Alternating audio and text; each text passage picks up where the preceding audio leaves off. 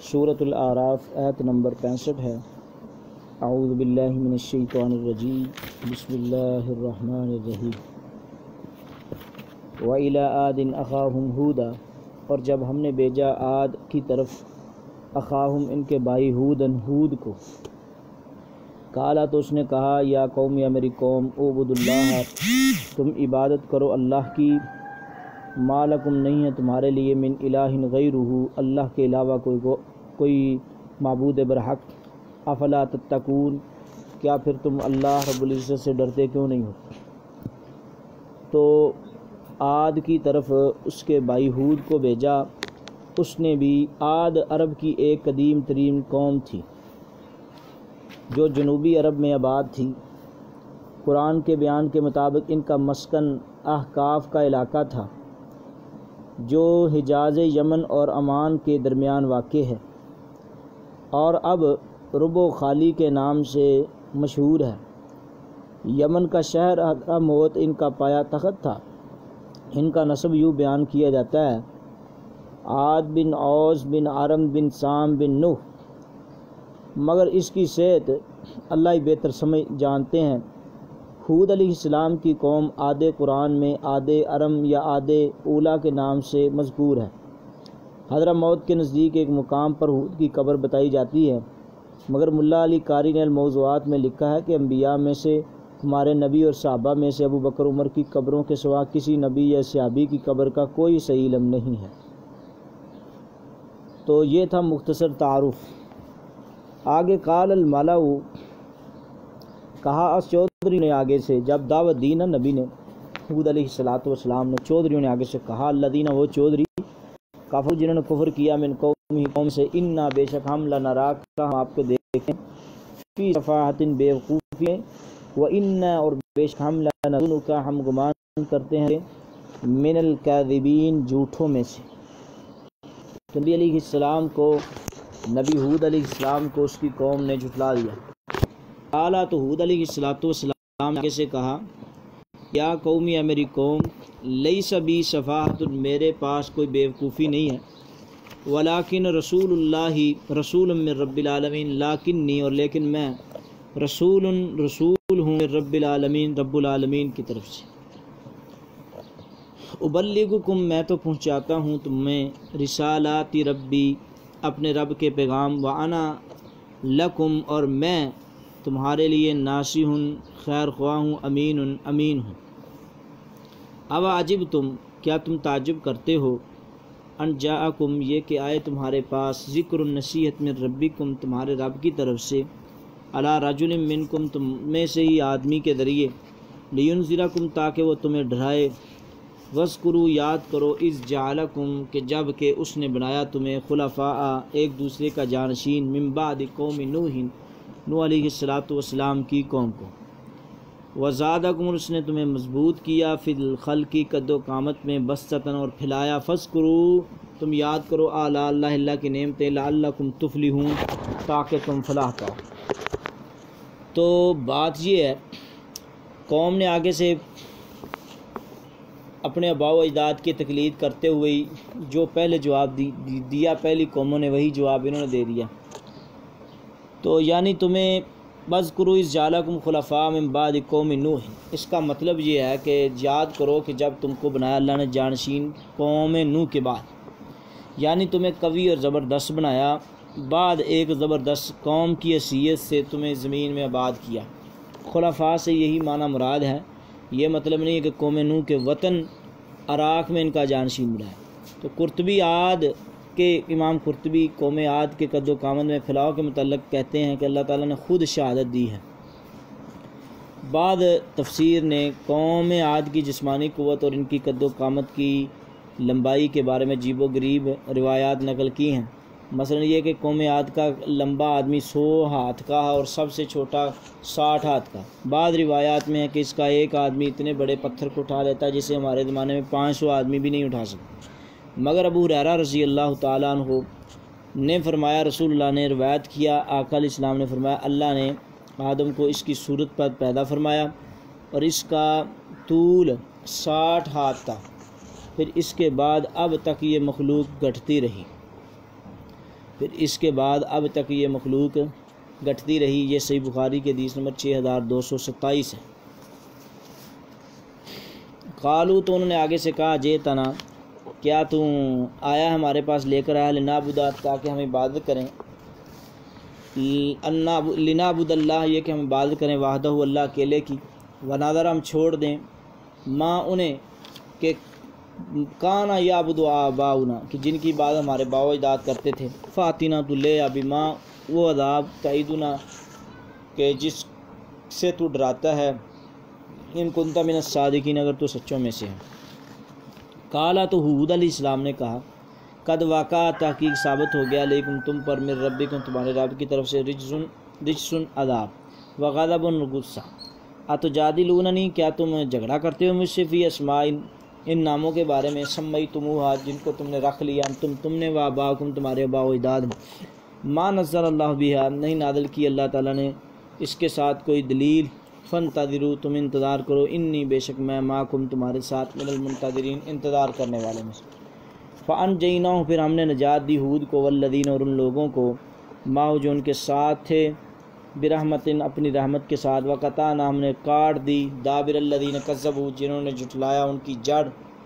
وما کانوا مومنین اور وہ ایمان والے نہیں تھے، یعنی کہ جب نہیں مانی بات تو پھر عذاب آیا تو صرف بچتے پھر عذاب کے بعد وہی ہیں کہ جن کو اللہ رب العزت بچانا چاہیں۔ تو اللہ تعالیٰ نے قرآن مجید میں دوسرے مقام بھی ان کے تباہ کن کی کیفیت بیان کی ہے۔ اللہ تعالیٰ نے ان پر طوفان خید آندھی چلائی جو مسلسل 7 راتیں 8 دن تک چلتی رہی، وہ اس قدر تیز تھی کہ جس سے یعنی کہ گزر جاتی تھی اسے چیر دیتی تھی۔ تو صرف ہود علیہ السلام کے متبعین ہی اس عذاب سے بچے، باقی تمام لوگ تباہ و برباد ہو گئے۔ وَإِلَىٰ ثَمُودَ اور ہم نے بھیجا سمود کی طرف اخاہم ان کے بھائی کو، اخاہم صالح اس کے بھائی صالح کو، کہا صالح علیہ السلام نے بھی یا قوم میری قوم عبد اللہ تم عبادت کرو اللہ کی، من الہ غیرو کہ اس کے علاوہ کوئی الہ نہیں ہے، قد جاءتکم تحقیق آ گئی تمہارے پاس، بینۃ واضح دلیل، من ربکم تمہارے رب کی طرف سے، ہذہ ناقۃ لکم یہ اللہ کی اونٹنی ہے تمہارے لیے، آیتن خاص نشانی، فذروھا تو لہذا تم اسے چھوڑ دو، تاکلو کہ وہ چرتی پھرتی رہے، فی ارض اللہ اللہ کی زمین میں، ولا تمسوھا اور نہ تم ہاتھ لگانا اس کو بسوء برائی کے ساتھ، فیاخذکم ورنہ وہ آ پکڑے گا تم کو، عذاب علیم بڑا دردناک عذاب۔ تو مسئلہ یہ ہے کہ سمود کا شمار بھی عرب کی قدیم ترین قوموں میں ہوتا ہے، عاد کے بعد سب سے مشہور قوم یہی ہے، عاد کے بعد سب سے مشہور قوم یہی ہے، اسی بنا پر بعد نے اسے عاد ثانیہ بھی لکھ دیا ہے، اور ان کا مسکن شمال مغربی عرب کا وہ علاقہ تھا جو آج بھی الحجر کے نام سے معروف ہے۔ دیکھیں سورۃ الحجر کی آیت نمبر 80۔ بعض علماء کا کہنا ہے کہ ان کے علاقے میں پانی کی کمی کی وجہ سے ان کا نام سمود پڑا، کیونکہ سمد قلیل پانی کو کہتے ہیں۔ مدینہ اور تبوک کے درمیان شام کو جانے والی شاہراہ پر ایک شہر مدائن ساحلے کے نام سے مشہور ہے، یہی قوم سمود کا صدر مقام تھا۔ تو سورۃ شعراء میں اللہ تعالیٰ نے آیت نمبر 146 سے 49 میں اللہ تعالیٰ نے ان کی تعمیر اور زرعی مہارت کا ذکر فرمایا۔ وہاں اب بھی اچھی خاصی تعداد میں وہ عمارتیں پائی جاتی ہیں جو سمود نے پہاڑوں کو تراش کر بنائی تھی، اور ان کے ارد گرد بڑے وسیع پیمانے پر میدان ہیں جہاں وہ کھیتی باڑی کرتے تھے۔ تو سیدنا عبداللہ ابن عمر رضی اللہ تعالیٰ عنہ بیان فرماتے ہیں کہ رسول اللہ صلی اللہ علیہ وسلم جب تبوک کے پاس رکے تو آپ صحابہ کے ساتھ ہجر میں سمود کے گھروں کے پاس ٹھہرے، لوگوں نے ان کنوؤں سے پانی پیا جہاں سے سمود پیتے تھے،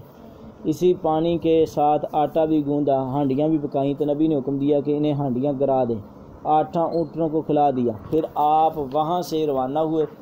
اور اس کنویں کے پاس پڑاؤ ڈالا جس سے صالح کی اونٹنی پانی پیتی تھی۔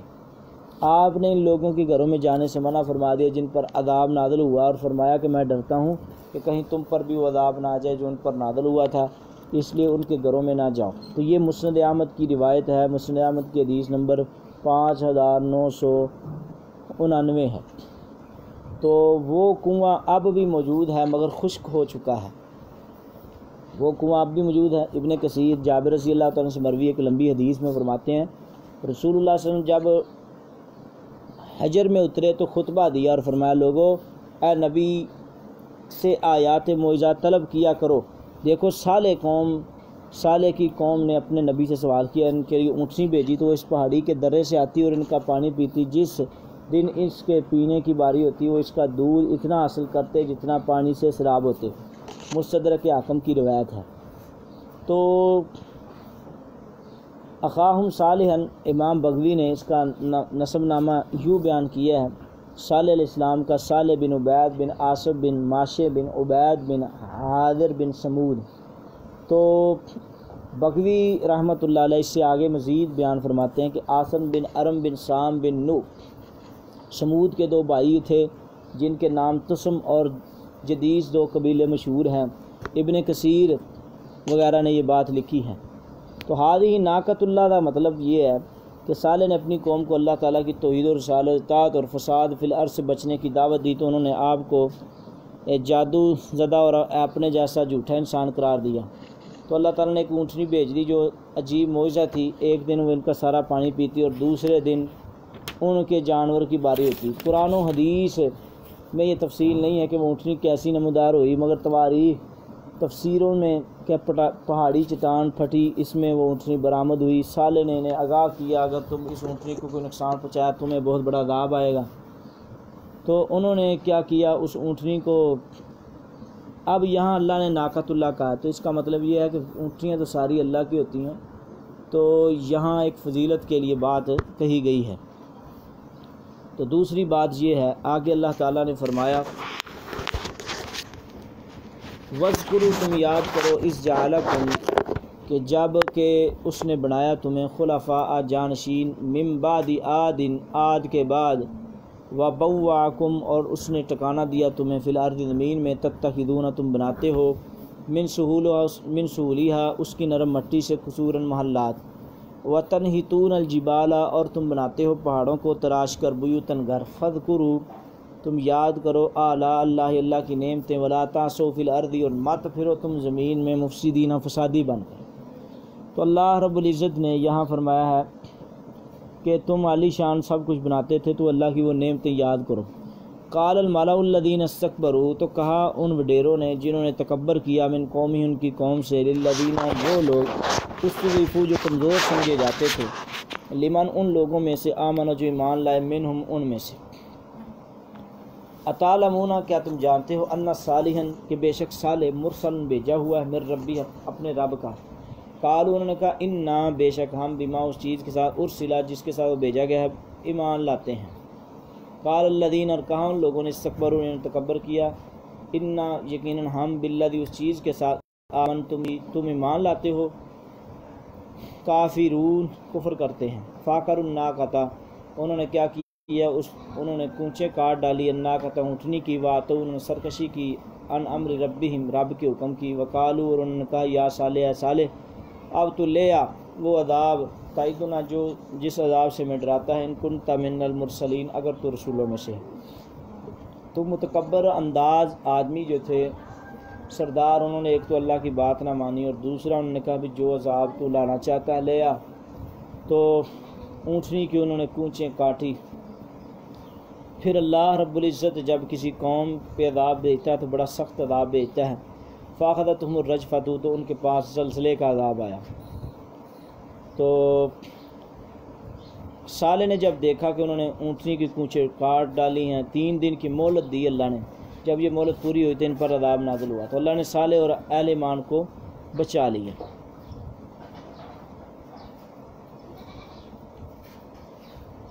تو جابر بن عبداللہ سے روایت ہے کہ رسول اللہ نے فرمایا کہ اللہ تعالیٰ نے آسمان کے نیچے ان سب کو لاغ کر دیا، صرف ایک شخص بچا جو حرم میں تھا۔ پوچھا کہ وہ کون تھا، تو آپ نے فرمایا ابو رغال تھا، لیکن جیسے ہی وہ حرم سے نکلا عذاب نے اسے بھی پکڑ لیا۔ تو یعنی کہ یہ مستدرک حاکم کی روایت ہے، حدیث نمبر 3248 ہے۔ اللہ رب العزت کا عذاب جب آتا ہے نا کسی قوم پہ تو چھوڑتا نہیں ہے کسی کو مگر اللہ والوں کے۔ فاخذتہم الرجفۃ فاصبحوا فی دارہم جاثمین، تو پکڑ لیا زلزلے نے تو وہ ہو گئے اپنے گھروں میں جاسمین، گھٹنوں کے بال گرے ہوئے۔ فتولا، پھر آخر وہ پھرا، عنہم ان سے، وقال، اور کہا، یا قوم، میری قوم، لقد البتہ تحقیق، ابلغتکم میں نے پہنچا دیا تمہیں، رسالت ربی، رب کا پیغام، ونصحت لکم اور میں نے خیر خواہی کی تھی تمہاری، ولیکن اور لیکن، لا تحبون الناصحین تم پسند ہی نہیں کرتے ہو خیر خواہوں۔ ولوطا، لوط کو بھیجا، اذ قال لقومہ، جب لوط علیہ السلام نے بھی اپنی قوم کو کہا، اتاتون الفاحشہ، کیا تم کرتے ہو بے حیائی، انکم لتاتون الرجال، تم آتے ہیں مردوں کو پاس شہوت کے لیے، من دون النساء، عورتوں کے علاوہ، بل انتم قوم مسرفون، تم بھی حد سے بڑھے ہوئے لوگ۔ وما کان جواب قومہ، تو اس کی قوم کے پاس بھی کوئی جواب نہیں تھا، الا ان قالوا، مگر انہوں نے کہا، اخرجوہم، تم نکالو انہیں، من قریتکم، اپنی بستیوں سے، انہم اناس یتطہرون، کیونکہ یہ بڑے پاک صاف بننے والے لوگ ہیں، اپنے آپ کو بڑا صاف پاک صاف سمجھتے ہیں۔ تو بات یہ ہے کہ لوط علیہ السلام، ابراہیم جب آگ سے باحفاظت نکلا تو لوط پر ایمان لے آئے۔ ابراہیم نے اتنا بڑا معجزہ دیکھنے کے باوجود قوم کے ایمان نہ لانے پر عراق سے ہجرت اختیار کی۔ تو اہل صدوم کو لوط کی قوم اس لیے کہا جاتا ہے کہ ان کی طرف مبعوث کیے، ورنہ وہ تو عراق سے آئے تھے۔ تو ان کے بڑے جرم ہیں، جس وجہ سے قوم لوط جو بچوں کے ساتھ بچوں والے عمل یعنی کہ زنا کرتے تھے، فانجیناہ، تو ہم نے نجات دی، والو اس کے گھر والوں کی، لمراتو اس کی بیوی کے سوا، کانت من الغابرین، وہ باقی مانندہ ہلاک ہونے والوں میں سے، وامطرنا، اللہ نے لوط علیہ السلام کہتے ہیں، اللہ فرماتے ہیں ہم نے بارش برسائی ان پر پتھروں کی، فانظر، آپ دیکھیں، کیف کان عاقبۃ المجرمین، کیسے ہوا انجام مجرموں کا۔ تو ان پر یعنی کہ پتھروں کی بارش برسی ہے، اور اللہ تعالیٰ نے ان کا انجام بہت ہی برا کر دیا۔